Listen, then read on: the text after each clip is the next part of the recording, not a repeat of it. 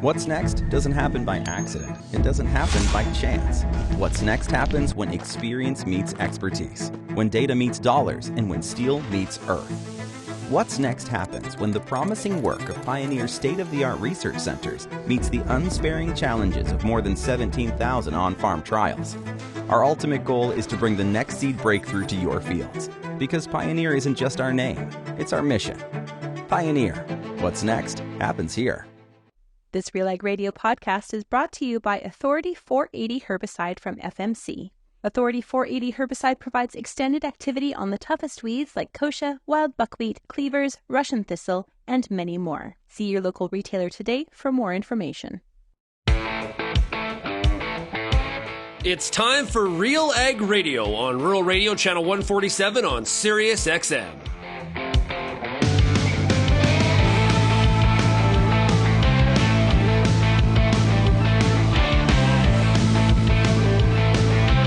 RealAg Radio and RealAgriculture.com is your home for insight and analysis of the issues that are impacting your farm business. Let's get real and get connected with RealAg Radio.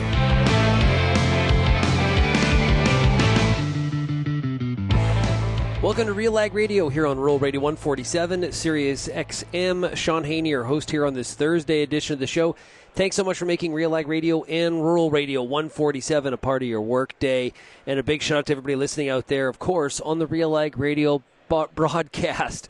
We are again at the National Farm Machinery Show today in Louisville, Kentucky. It is Thursday, which means we've got the Farmer Rapid Fire. That's right. We'll be talking to farmers from across the country, find out how they're making out in their fields, their barns, their pasture. There's a lot to chat about here in the midweek, or the mid part of February, I should say. Of course, the Farmer Rapid Fire is brought to you by Pioneer Seeds Canada.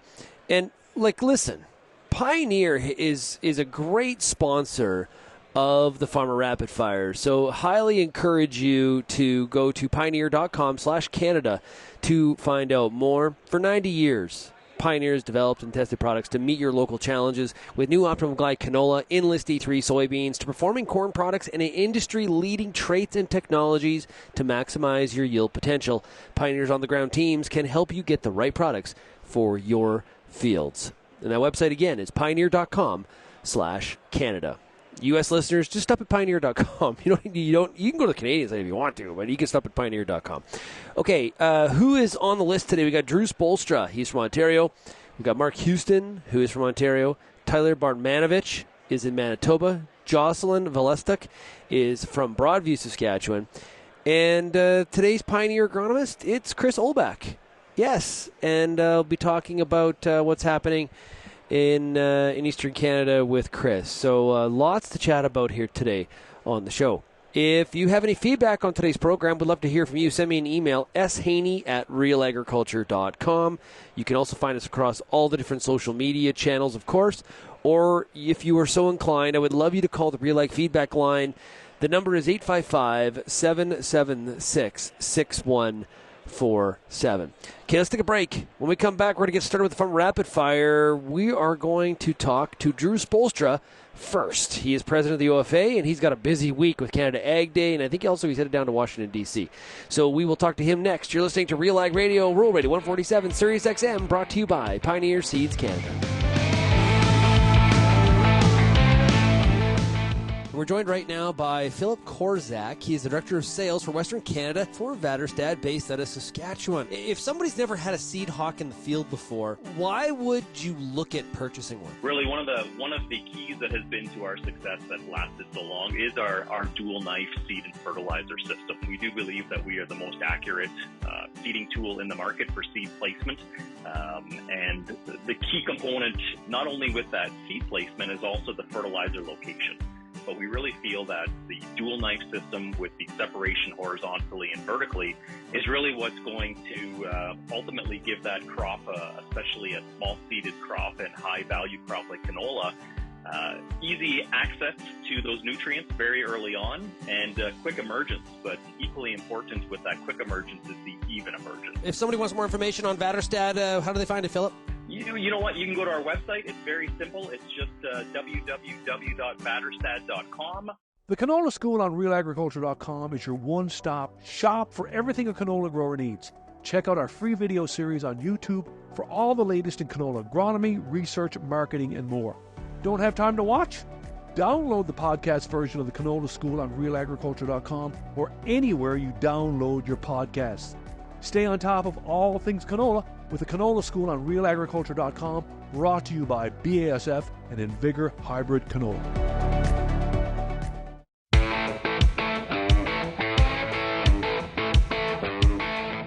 And we take the Farmer Rapid Fire, brought to you by Pioneer Seeds Canada, to Binbrook, Ontario, and we're talking to Drew Spolstra. Hey, Drew, how's it going? Not too bad, Sean. How are you? Pretty good. Okay, what's happened on the farm this week? I don't know. I haven't been here. I've been in Ottawa so far all week. And tonight I'm flying to Washington, D.C. So I'm just in here for a few minutes to check in on what's going on. They're working away at our new barn, getting that ready to go in a couple of weeks. Just doing some cleanup and things like that, maybe before the next snowstorm, and catching up with the kids for Valentine's Day, and then heading out. Yeah. Well, no rest when you are the president of the Ontario Federation of Agriculture, the OFA. You took in the Canadian Ag Day, I'm assuming, in Ottawa. Is that why you were there? Yep. Yeah, we did. It was a great day. FCC put on a good event, a lot of great speakers, and made a lot of connections as well yesterday with a number of people across the industry and political representatives. So, yeah, it was awesome. What are you doing in Washington, D.C.? Going down for the USDA Agriculture Outlook Forum. So USDA puts on a big conference every February this time of year and goes over a lot of good things, government policy, financial policy, market reports, and really covers a broad spectrum of different commodities across the U.S., conservation programs, climate initiatives, those types of things as well. So it's usually a good event, and looking forward to that over the next couple of days. You know what I would like USDA to say in the Ag Outlook Forum is that corn's going to reverse here and go higher. That would be nice. Corn, soybeans, everything. Yeah. Yeah. It's been interesting. I have been talking to a lot of Ontario growers. I'm on location here at the National Farm Machinery Show, and man, just the common thread, and we saw it in our Canadian Farmer Sentiment Index, is people feeling that there's definitely margin compression, that they're going to have to really be paying attention to their numbers to rattle out some sort of a profit in 24. People are feeling that stress. Things are different than they were the past number of years. Yeah, I think that's fair. And, we've seen, obviously, commodity prices have come down. I think fertilizer prices, input costs are coming down as well, but we haven't seen that correlation that we'd like to see, in terms of the difference between the two. So, and certainly interest rates are a big driver of the discussion as well. And, being able to afford those commodity loan programs and those, your crop input loans and things like that, operating loans is going to be a big part of the discussion, I think, going forward over the course of the next year or so. And, we can hope for some situations across different parts of the world that'll maybe give us a bump in our market. But, reality, I think demand has maybe slowed a little bit, and we've got some great crops. We've had some great crops certainly across this part of the world. And, we'll see what happens here going into 2024. How's your planning going for 24? You said, like you said, you're sort of you're doing a pass through, make sure the farm is still there. But when you do get some time to spend, maybe on the airplane, you get to work on your crop plan. How have you got everything set up and ready to go for 24? Yeah, we're working away at it. It's a bit of a different process this year with everything I've got to do, but it'll be much the same, I guess, as the last few years. Some corn and probably double amount of beans that we have in corn. So it'll be a good mix. Didn't get quite as much wheat in last fall as I would have liked to, with the weather conditions across the fall we had there early on. It was a struggle to get wheat into good conditions, so we kind of pulled the plug. And then, so we'll end up with a few more soybeans this year than we'd normally have, but that might be okay. Yeah. And do you see much float or change in, based on what the the crop budget looks like? Do you like see I'm going to up my beans or I'm going to up my corn? Like, do you do much fluctuation, or is it kind of the acres are set? Yeah, my acres are usually pretty well set until unless we get into a backward spring. If we have weather events that delay us in planting corn, we'll switch things to beans. But we try and keep a pretty consistent mix of crops and a pretty consistent rotation if we can, depending on how much wheat we get in the fall on the clay. It can be a challenge some years. So we like to have wheat in our rotation, get some cover crops out there, have a spot to put manure, and just kind of mix up the workload a little bit too, because we can't get across all the ground in the spring and follow it like we'd like to. So it's good to have that wheat in the mix as well to break things up a little bit. Now, you were at the Canadian Ag Day celebration there in Ottawa. Huge crowd. I think Kim McConnell had told us yesterday on the show, like 750 people. Great turnout, record attendance. What was some of the things what messages were you carrying around with you and spreading when it comes to from an OFA perspective? If you get some alone time in the corner hallway with the Ag Minister or the Shadow Minister of Agriculture or other policymakers, what are you telling them? Yeah, we're talking a lot still about C234, the effects of carbon tax on grain drying and barn heating and cooling, and obviously that's still a hot topic in Ottawa. Lots of conversations ongoing on that and where that might go in the future.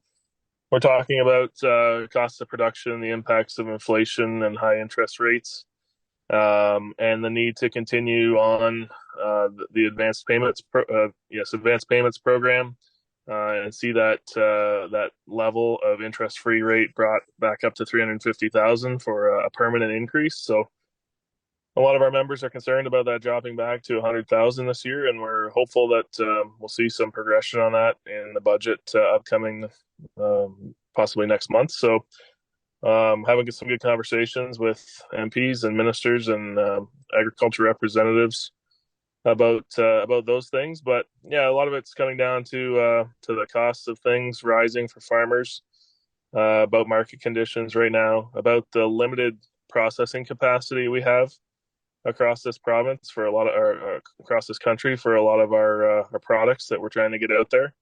We know there's huge opportunities out there for value added products and value added processing to our primary products here that we think we can add a lot of value to the GDP and keep this country going and keep agriculture front and center in a lot of those discussions. Nice. Am I going to see you at the CFA meeting in Ottawa in a couple weeks?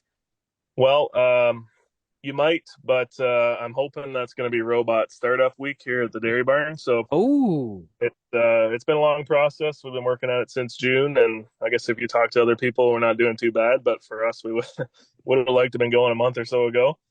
But right now, it looks like 2 weeks. Yesterday is going to be the startup day, so we'll see how it goes. What's the biggest challenge with installing a robot? The biggest challenge with installing it, I'm not sure. I guess the cost and getting over that hurdle, making the decision on what color robot you're going to go with. That was a challenge for us when we go to when we go to the dealership to buy a tractor. We pretty well know what we want going in, but when you're not experienced with some of this technology and you're trying to weigh the pros and cons of different brands and robots, it can be a challenge. But finally, we made up our mind, and we got this new barn up, and we have things installed, and they're fine-tuning things this week and doing the calibrations and that kind of stuff. And then hopefully we can get some cows moved in later next week, get things up and going. Startup day on the 27th, and then it'll be up to training us, the farmers, on how to run things. So to wrap up here, from a production standpoint, what's the biggest change for you as the dairyman having this robot now? I think the biggest change will hopefully be more flexibility for us. We don't spend a ton of time in the barn as it is now. We've got a mixed operation here. We've got a lot of things to do outside of the barn, but also incorporating the new technology that's involved in the robot. So we've got obviously robotic milking, automated feeding, manure collection, and we'll be able to collect a lot of that data use some of that new technology going forward in terms of our herd management and breeding processes and things like that. So we're looking forward to that change, and hopefully going to see some positive results on the output side and the yield side on the milk, and we'll go from there. Great stuff. Well, hey, Drew, thanks so much for joining us here today on the Farmer Rapid Fire. Really do appreciate it. Safe travels to DC, and say hi to all of our Real Agriculture listeners that'll be in attendance. Thanks a lot, man. Really appreciate it. Appreciate it, Sean. Thanks a lot. We'll be right back here on RealAg Radio for the rest of the Farmer Rapid Fire, brought to you by Pioneer Seeds Canada.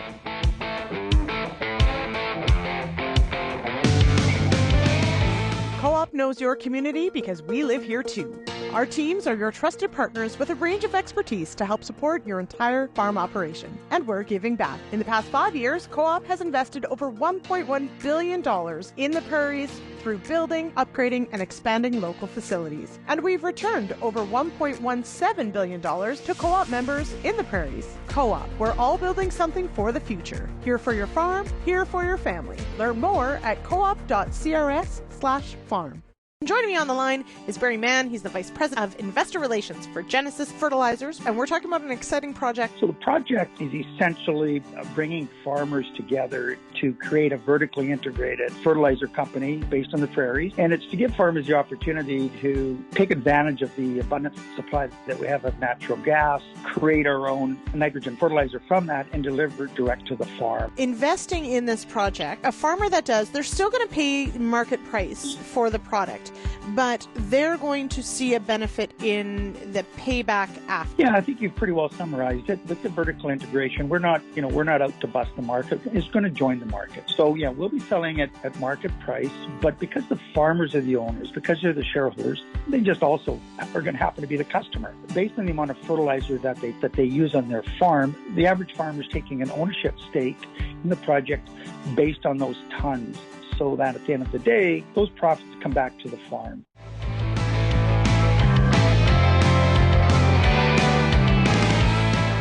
And welcome back to the Farmer Rapid Fire here on RealAg Radio, brought to you by Pioneer Seeds Canada.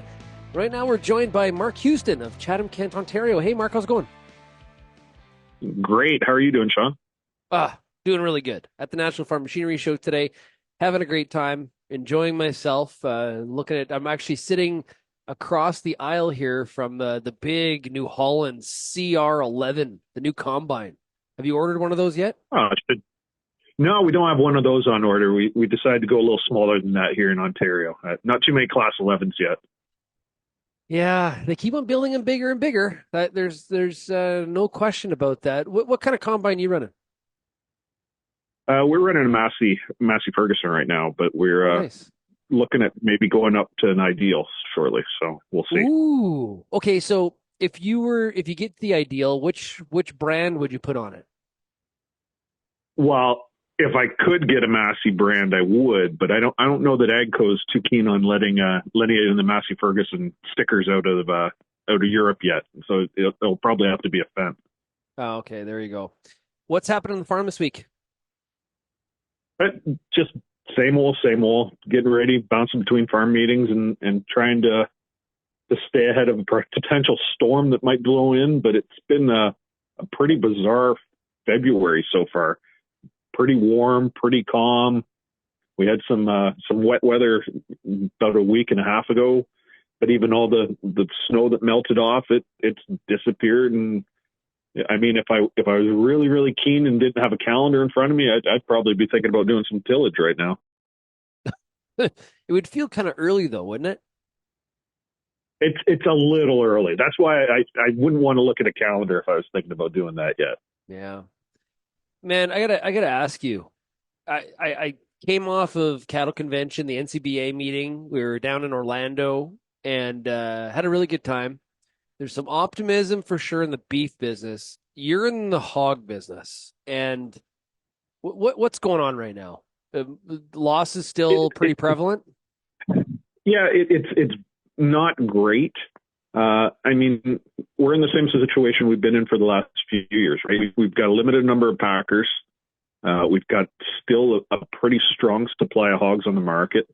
And so trying to find homes for those pigs as they get bigger and bigger it's still a bit of a struggle. It's been from that side of the ledger. I mean, the feed prices have dropped down quite a bit, but I on my other side of the ledger of selling my grains, I'd much rather have a lot higher grain on that side. Yeah, you sort of argue both sides of your mouth, right? You're feeding livestock, but you're also selling corn. Yeah, and for us, I mean, the hogs are a smaller part of our operation than the grains and oilseeds is. So it's kind of a balancing act over the years. We've kind of grown up the grains and oilseeds side, but our hog side is kind of, if anything, it's actually shrunk because we're down in number of barns we're running. But it's like the optimism within the hog industry. We came out of the grains and oilseed industry of having, quite a few good years in a row. With the hog industry, we had a couple good years, but even when those good years were happening, there was a lot of struggle because of the high input costs, right? And so it never really got to that full, happy hog kind of industry. Happy.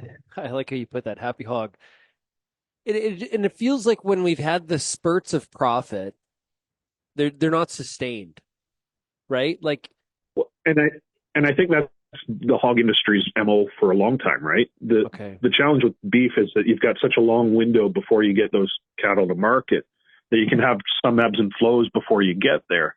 With hogs, because it's a pretty short turnaround, you end up kind of either cycling really quickly out of those good times or not cycling into the bad times too quickly, right? Yeah. And so the market tends to move relatively quickly. So those highs don't tend to sustain themselves as much as they used to. And they're not as prevalent. Like we used to be on kind of, a cycle where you'd go 3 years and you might make money, 2 out of those 3. And then we went to probably a 5-year cycle where you might make money 1 out of those 5. And so it's kind of, those ups aren't really paying for the downs quite yet. And I don't know with the kind of the way the market's set up whether it ever will. But yeah. So you're a mixed farm, right? As we've been talking Yep. about. How are you viewing 2024? Do you see opportunity? I think it's not going to be as nice. It's tough, right? Because I think there's opportunity out there, but it's when you're coming off a year like we had last year, when it's one of our better years on record, right? No matter how good next year could be, it's still probably not going to be as good as last year. So there's a little bit of a down feeling, right? But our input prices are dropped down, but our commodity prices are way down. Our hog prices are quite a bit lower than they were last year. But we've got the ability to purchase stuff now because the supply chains are a little bit smoother. We don't seem to be seeing any kind of shortages on things like we were a few years ago when we had price run-ups because we couldn't get stuff. So, I mean, there's good and bad kind of surrounding everything. But as far as compared to last year, I would say it's a lot tougher to be optimistic on beans when they're sitting, at $11 in the Chicago future than when they were at a 15 or a 16, right? Yeah, no kidding. It was interesting. A grower said to me last night at a supper I was at, we're going to kind of see a bit of a separation here between growers that used, and he's from Ontario, so this is an Ontario reference, but he said, the growers that did something with their cash that they made over the last 3 years, paid off debt, they strengthened up their balance sheet. They're got a strong net working capital position head into 24. We're going to see a separation from them compared to some others that may be, he used the word frivolous with their money, but I don't know how you would describe it. But the other side of that spectrum, he thought that we're going to see a big time separation here. Is there truth to that, or is that oversimplification? Yeah, I think that it's going to be an interesting couple of years, depending on how long the downturn lasts, right? If you get a longer downturn, some of those expenditures that you made during the good times, if you were purchasing new equipment, you were purchasing those type of things, you may be able to get yourself through those downtimes with that newer equipment. Whereas if you had to try and replace a piece of equipment during those downtimes, who knows? We might see, prices drop on equipment, which would be, I think, welcome across all of agriculture, except for maybe the equipment manufacturers. But we've seen a run up in those prices. We haven't seen them come back down quite a bit yet. So it depends on your cash positions too, right? I mean, looking at kind of the balance sheets of a lot of Southwestern Ontario farmers, there was a lot of big crops that were sold for pretty decent prices. And so those dollars had to find homes. And yeah, if you had the ability to kind of pay off some of those debts, now if you didn't have a lot of those debts, I mean, the government's thankful to get as much money as they can as they currently sit, right? Yeah. Yeah. They're always looking for, they got a hand in your pocket all the time. Hey, Mark, really appreciate you joining us here. All the best to you, and we'll talk to you a little bit closer to around planting time, okay? Yeah, and look forward to it. Have a great time at the Farm Equipment Show. Absolutely. Well, we are down in Louisville, Kentucky for the National Farm Machinery Show, and you're listening to Real Ag Radio. It's the Farmer Rapid Fire, brought to you by Pioneer Seeds Canada.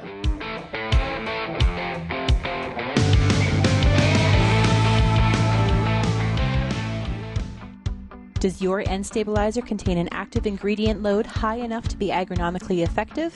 If not, it could be costing you time and money. If you're putting down a nitrogen stabilizer, put your trust in Koch Agronomic Services.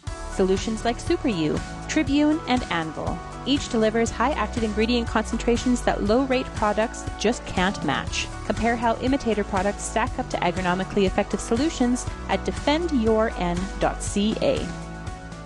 Whether you're a rookie soybean grower or a seasoned vet, the Soybean School on RealAgriculture.com has exactly what you need to stay in the game. The latest research and the best agronomic advice from industry experts, along with local and global market coverage on demand, anywhere, anytime. Make this growing season your best growing season with the Soybean School on RealAgriculture.com.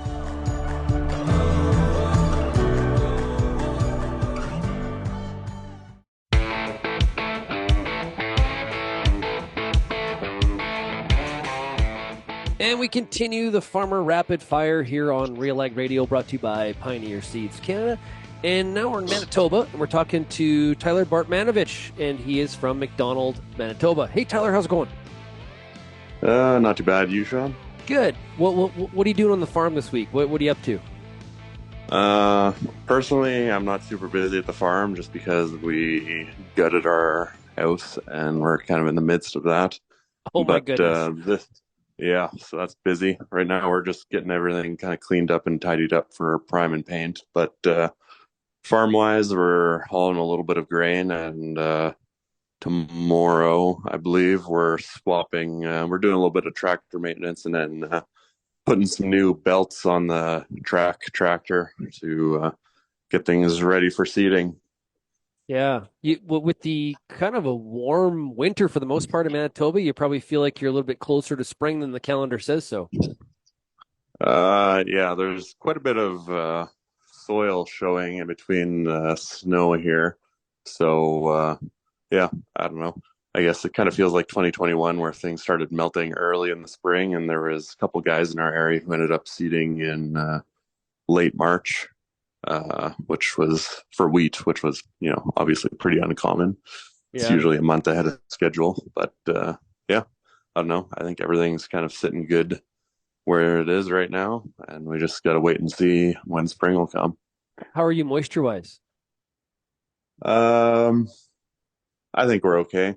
Everything got pretty wet just before freeze up. So actually there's actually like water that froze in the ditches. So that might be an issue with frozen culverts come springtime when things start melting out. But, I think we're in good shape to start things off at least. Yeah, good. Now, this house rental project, are you doing this yourself? Kind of, sort of. I've got, a buddy who's in construction, so he helped me do all the reframing with he's got a construction company, so him and his two guys, we did all the reframing and took out a set of stairs and finished out the floor in that spot, and then moved some walls around, and then I did all the plumbing myself, put copper in for that, and then I did all the ABS pipe for the septic side too. And then, I've got another buddy who's an electrician who's came in and did all that. And then, yeah, we did drywall last week. And then guy who did the mudding and taping started as we were finishing up drywall. So today is his last day to come and do a couple touch-ups. And then this evening, I'm probably priming. And tomorrow's priming and paint all weekend. So keep Good way this to thing spend- rolling. Yeah, good way to spend Valentine's Day this week, Yeah, doing a exactly. bunch of house rent. Like, so are you self-taught on all that stuff? Yeah, I hadn't Good for really you. tackled too much. I mean, ABS is pretty easy. It's just cut it to length, clean up the edges, and then glue it together. That just gluing it together is stressful when you're trying to fit a bunch of awkward joints together. But that wasn't too bad. We only messed up on one joint, and then yeah, soldering everything went well for the copper pipe. I didn't have, when we pressure tested it with the air up to 90 psi, I didn't have any leaks, so I'm pretty happy with that. Oh, I'm impressed. I possess none of those skills, or I wouldn't even attempt it because I know I'd just screw it up. So good on you, man. Yeah, That's pretty impressive. thanks. Any changes to the crop plan for 24 at all? No, I don't think so. The crop plan should have been sell everything off the combine last year. Going forward this year, it's I don't know. It's kind of just get used to the new market normal of, I don't know. Things seem to be fluctuating quite a bit less. It's not the big swings that we had 6 months or a year ago or 2 years ago even. So I think maybe things are back to small days of 10 cents and stuff up and down. Yeah. Yeah. Do you like the big price swings? Do you see that as opportunity, or do you find that stressful? Uh, you know what? I mean, there's opportunity. It's both. There's opportunity and there's stress in it. But what was I going to say? I think over the last couple of years, it's almost easy to become numb to how big the swings are each day, which almost makes you a little bit lazier at marketing, because it's just hard when there's swings that are, say, 60 cents a day. You just got to be on top of it constantly, and that can wear a guy out. Yeah, it can indeed. Any new pieces of machinery for this crop year? Yeah, we added a third tractor, like larger tractor, so it's a Cat MT 865. Oh, nice. So yeah, so that'll be just another tool to have, and it'll help it'll allow us to get more work done in the fall and just spread the hours out over 3 machines instead of 2 now. Because that current tractor that we're swapping tracks on, the original tracks lasted 7,000 hours and starting to get some cracks, but we'll keep them still because they'll be good spares. But that's the seeding tractor, so I want to make sure we got traction with that. We had Machinery Pete on the show last week, and machinery prices are starting to soften in some categories. I don't think any farmer is going to complain about that. Yeah. I think things are, I don't know. I guess I haven't really been looking since we bought that tractor, but yeah, it'd be nice if things softened up a little bit. That way, just everyone can keep doing the upgrades that they need as needed. And I just don't know how guys are buying the new equipment. That's not our farm. It's funny. Somebody's buying it, because what you just said is what I hear from the majority of the people I talk to. And I'm sitting here, and obviously we had the X9 roll out a couple of years, or what we did, 3-4 years ago now. We've got the CR11 from New Holland. I'm actually sitting across from it here at the National Farm Machinery Show. Those are, one, there's a size thing. You got to be a certain size farm to be able to have a Class 11 combine. And two, it's the sticker price, man. Like those are big investments. Like, and I'm understating that when I say big investment. Yeah, when combine, well, I mean, land's expensive, but when your combine costs more than a quarter of land, things are kind of crazy. Yeah, and then what's different though too about that piece of land versus that piece of machinery is the fact that piece of machinery depreciates. Right? Yeah, exactly. Those big, just I think it's going to be no different with the combines, just like it is with the Like the 100-foot and 80-foot drill market that's a pretty limited market, and the depreciation on those is going to be pretty hard and fast, and it's a limited resale market too. Yeah. On like when you're buying, like when you're in the market for like say the tractor, are you like when I'm buying a vehicle? Okay, I actually don't. I actually look. I'm like the second purchaser all the time. This is what I typically do. Low miles, low kilometers, and I'm the second purchaser. Is that what you do on tractors, or what'd you do? Yeah, like we know the farm that this tractor came from, and it came from a good home. Uh, the where we got this tractor from is actually where both of our combines came from. So they treat things well, and then at least we know where the home is from and that they treat it well and that they're always doing their maintenance and stuff like that. And they don't let things slide. They have a good operation. So and then just I don't know, you got to just sort of do your due diligence and do your research and make sure that what you're buying is something that's going to fit your needs, and just that it's got the options that you're going to want now, but also in the future too. Yeah, absolutely. Well put. Okay. Well, hey, Tyler, thanks so much for joining us here today on the Rapid Fire. Much appreciated, bud. Hey, thanks, Sean. We'll be right back on RealAg Radio for the conclusion of the Farmer Rapid Fire. You're listening to RealAg Radio, brought to you today by Pioneer Seeds Canada.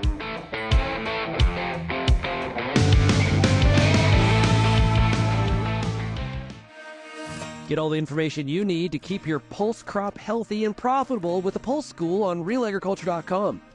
The Pulse School is a free YouTube video series covering agronomy, research, and more across a host of different pulse crops. It's also available as an audio podcast wherever you download or stream your favorite podcast. Check us out on YouTube or visit RealAgriculture.com, the Pulse School, brought to you by BSF Canada. What's next for your fields? At Pioneer, delivering industry-leading genetics drives everything we do. From the scientists in the lab to our local teams with boots on the ground, we are determined to get there first. Developing top-performing products, proven in more growing conditions than ever before. Pioneer. What's next happens here. Visit pioneer.com/Canada to learn more.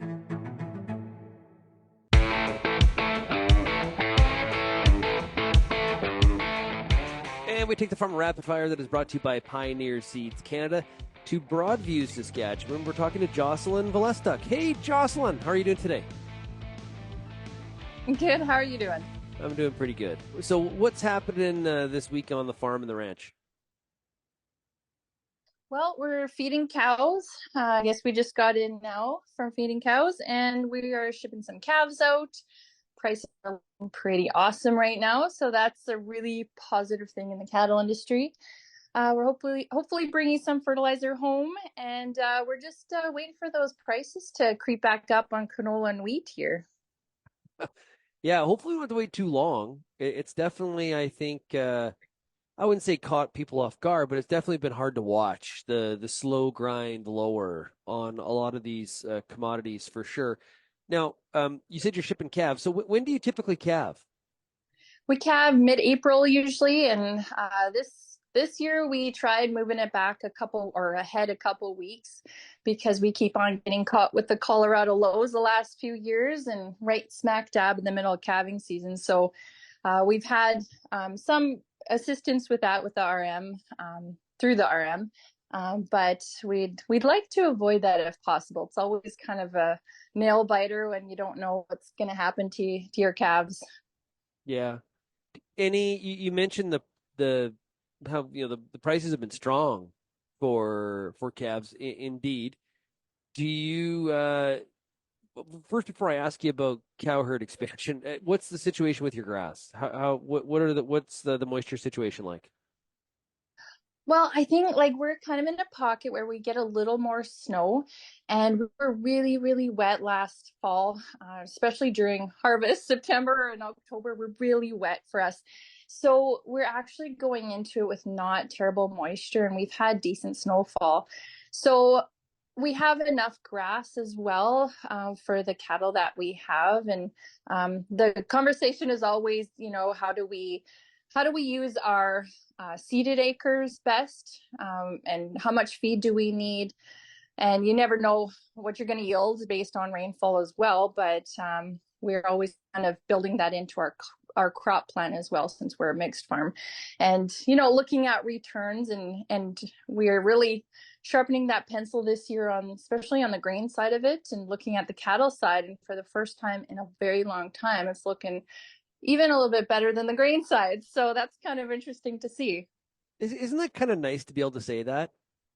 Isn't it? Like, Yeah. because it's been so long where we're like, oh, these bloody cows. Man, I wish I could just plant more canola. Or some people have, like, sold off the herd and they have been planting, more crops, because that's been honestly, from a financial standpoint, that's been the place to be. So I honestly think it's awesome that you're able to say that it's kind of flipped a little bit, which is the cow-calf sector needs that.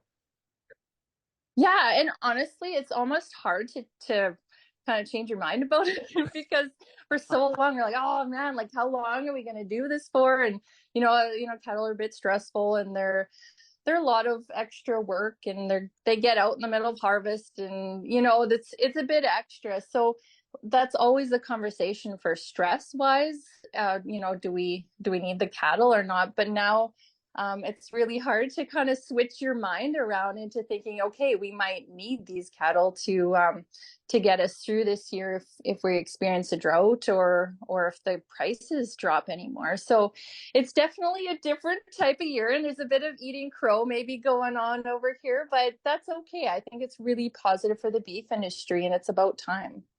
Okay, so you've got market signals, you've got grass. Now I'm going to ask you the final component of that. Are you retaining some females and more than you have been the past few years? You know what? My husband and I were just having that conversation in the tractor this morning. And you know what? It's still a difficult decision. And not everyone on our farm team maybe is on the same page quite yet, because it's a difficult decision to make. How many, we have all our heifers yet, and how many do we keep? Do we expand? Do we take advantage of the prices right now? Maybe this is the time where we can dump a few cows and make really good money off of them. And so, we're thinking about management, and labor is always, an issue, because cattle take so much labor power, and oftentimes it doesn't pay to hire someone else just for the cows. So, we're throwing out all those different ideas, and I don't think it's an easy decision still for our farm anyways. We're recording this, in the week of Valentine's week, and this is exactly how I imagine the family farm. Valentine's Day, having a conversation, husband and wife in the tractor about whether or not we're going to expand the cow herd. This is pretty romantic stuff. You know what? It's not. It's not. And I'm going to say to all the farmers out there, go out and buy your wife that bouquet of flowers, whether it's from the grocery store or whatever, because sometimes it's nice to have something else other than the farm. I think that's really important, because the farm is a lot. It's a lot of heaviness sometimes, and as a couple, you're going through it together. It's amazing to be a team, but it's really important to kind of acknowledge that, first and foremost, you're two people who love each other, and that's why you're in it. Good point. I like that. I was sharing a story with somebody else earlier today that since 2009, it'd be 2009, my wife and I have spent one Valentine's Day together, because I'm always at the National Farm Machinery Show in Louisville, Kentucky, where I am right now, and she is not with me. The one exception was last year, and she came with me, and I was like, oh yeah, you got to come. And we had been in Oklahoma City the week before to watch my son play baseball. And so she came with me.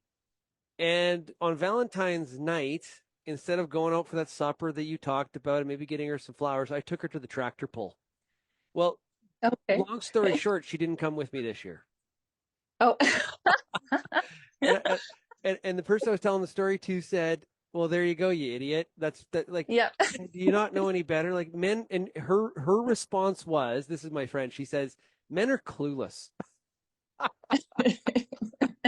So you don't have to comment on that. I'll leave that there. But Well, hey, you know what? go ahead. But I think that's great to talk about too. I mean, a lot of couples work together, and I really enjoy working with my husband. We work so well together, and it's just once in a while, it's just kind of nice to have that little something different. Yeah.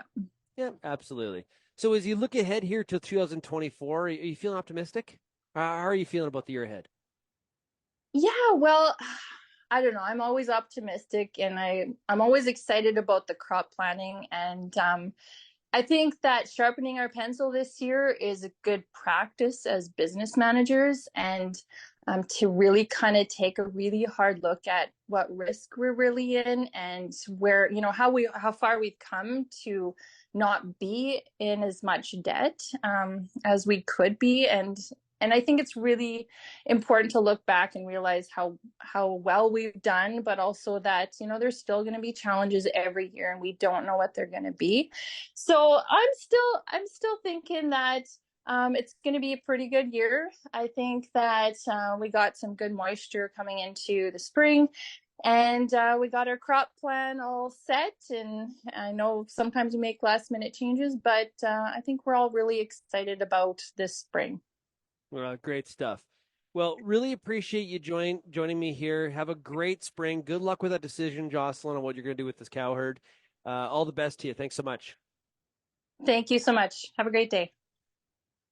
And we finish up the Farmer Rapid Fire with our sponsor, Pioneer Seeds Canada. And we're talking right now to Chris Olbach. Hey, Chris, how's it going? It's going good. Sean, how are you today? Hey, man, I'm doing really good. Doing really good. So, Chris, what do you do at Pioneer Seeds Canada? Yeah, so I'm the area agronomist for basically St. Thomas to Niagara region. So I cover the rural routes, working with farmers there on solving problems and addressing some of their concerns, right, with some of our products and the services we provide. So I work with about 20 reps between that geography. A lot of fun. Oh, nice, absolutely. And as you're getting out and about across the province, what are you doing right now? What's the main thing you're up to in a week like this? Yeah, so most recently been planning a lot with our reps for the coming season, right? We've had a lot of revisits, recontact with customers, but in the meantime, planning a lot for 2024, right? There's a lot of things that are going to happen pretty quickly here. We've had a bit of a false spring here in Ontario, which has got guys thinking about their wheat and what they can do there, and maybe thinking ahead, and we're always trying to stay ahead of them. So that's been a lot of what we're up to, planning for our Z Series launch, our soybean side, and planning some of the trials that want to get done. So that's what we're up to, man. Yeah, and there was some new research that came out this morning. Talk about that a little bit, because I know that's going to be top of mind of a lot of growers. So let's get out ahead of it and talk about it a little bit. You talking about the OCC trials, the Ontario corn crop. Yeah. There's been some jib screening work that's been done by that and a bunch of industry partners with the OCC, which is great work.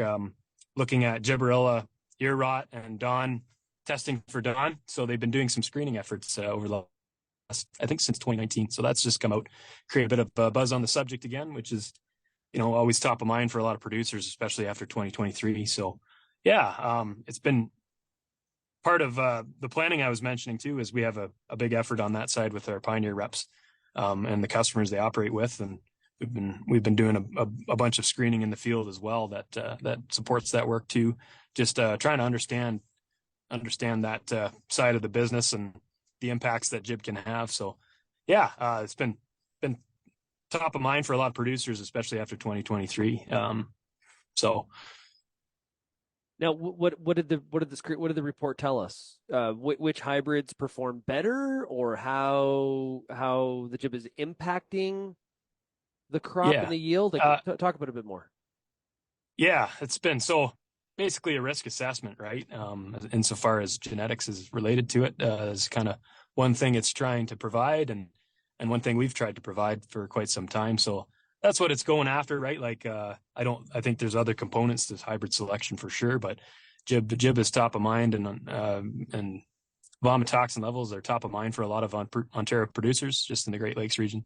So kind of unpacking that a bit, and yeah, it takes the whole industry, right? So that's a lot of work's been done on that. So it's good to see that report and others.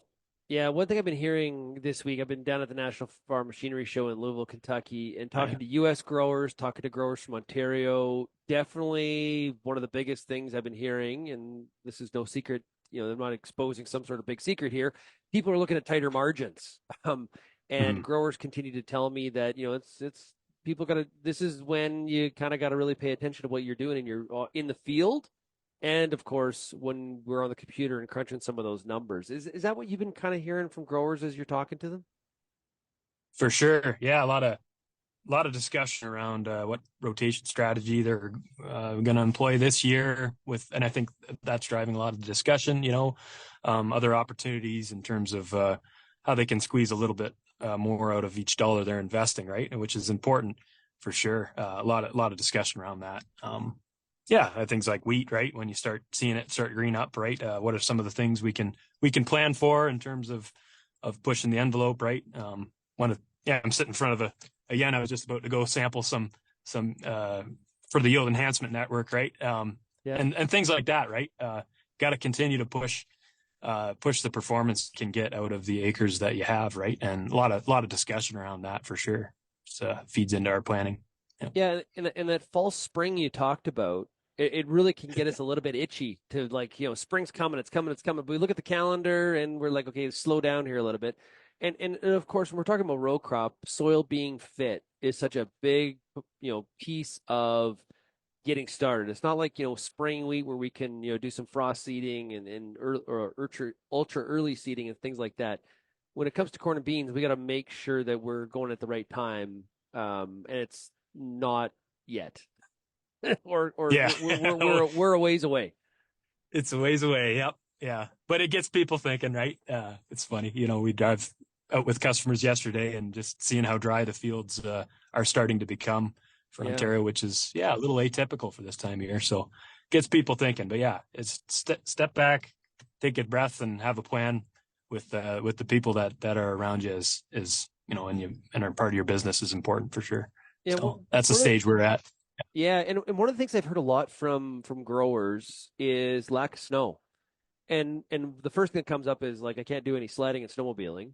That comes up first, but also from an agronomic perspective, I wouldn't say concern, but they're definitely pointing it out a lot. Is like, man, this is the second winter in a row. We just have not had a lot of snow. Mm-hmm.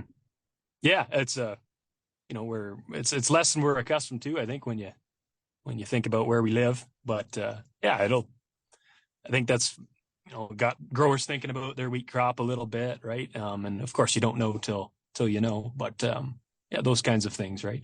Yeah, for sure. Do you do anything to park the agronomy for a second? Did you do anything big for Valentine's Day this year? You know what?